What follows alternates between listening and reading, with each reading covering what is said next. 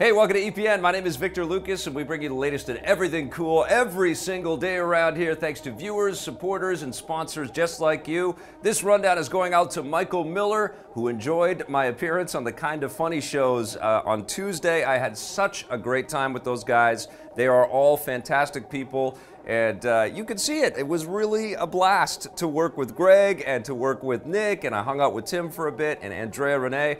Awesome time. Thank you so much to Kinda Funny. But Michael Miller, this rundown is all yours. It's official, Disney is now the proud owner of Fox. After weeks of rumors, Disney has officially sealed the deal to buy 21st Century Fox and most of its subsidiaries from Rupert Murdoch. The deal is valued at $52.4 billion plus an additional $13.7 billion in debt assumption, bringing the total value of the acquisition to a massive $66.1 billion. This makes it the biggest acquisition in Disney's history, eclipsing the mere $4 billion price tags for Marvel and Lucasfilm. As for what's included, Disney has taken control of film distributor 20th Century Fox and its library of characters, along with other Fox entities like Fox Searchlight Pictures, Fox Television, FX, and the National Geographic Channel. Pretty much the only Fox entities that aren't included in the deal are Fox News and Fox Sports, which will be spun off into a separate company that will still be owned by the Murdoch family. Disney is also getting control of Sky TV in the UK, which is majority owned by Fox, as well as Fox's 30% ownership stake in Hulu, which combined with Disney's existing 30%, now gives them a 60% controlling interest in the streaming giant. The Disney acquisition of Fox has yet to be approved by regulators in the US and UK, although it's expected to be approved and finished soon. That's all the boring technical stuff, so what does Disney buying Fox mean for audiences like you and me? The biggest part of this deal is that Disney now owns all of the Fox film and television franchises. The most obvious ones to talk about are the Marvel franchises that Fox owns the rights to, namely X-Men, Deadpool, and Fantastic Four, which Disney confirms are included in the deal. In their press release announcing the acquisition, Disney specifically points out that this gives them the opportunity to reunite the X-Men, Fantastic Four, and Deadpool with the Marvel family under one roof, which seems to confirm their intention of having these characters join the shared Marvel Cinematic Universe. It's me, Deadpool, and I got an offer that you can't refuse. How exactly they'll do it or when it will happen has yet to be revealed. There are already several new X-Men movies coming down the pipe, and Disney might want to hit the reboot button and start fresh before bringing these characters into the fold. We'll let you know what happens. The studio couldn't afford another X-Men. Disney buying Fox also clears things up with the Star Wars franchise. Although they don't mention it in their press release, the distribution rights to the very first Star Wars movie are held by 20th Century Fox, with the remaining films in the original trilogy and prequel trilogy co-distributed by Fox and Lucasfilm, which was acquired by Disney in 2012. I am altering the deal.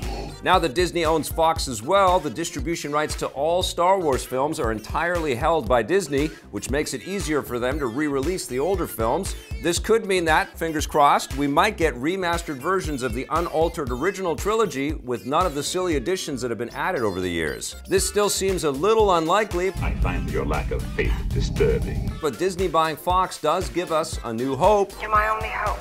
There's also a chance that they could add the classic 20th Century Fox fanfare at the start of future Star Wars movies, but we'll have to wait and see. You've taken your first step into a larger world. Star Wars and X-Men aren't the only big Fox film franchises that Disney now owns. The deal gives Disney control of all the other big Fox properties, including, but not limited to, the Alien movies, as well as their longtime rival, The Predator, not to mention Die Hard, Planet of the Apes, newer blockbusters like Kingsman, and even the biggest movie of all time, James Cameron's Avatar.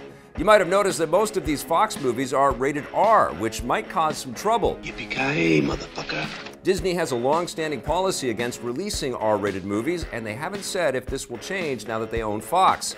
They could still release new movies in these franchises with an R rating by using 20th Century Fox as a distribution banner, which would keep them separate from the more family-friendly movies released under the Disney banner. They haven't said what they plan to do going forward. Welcome to the party, pal!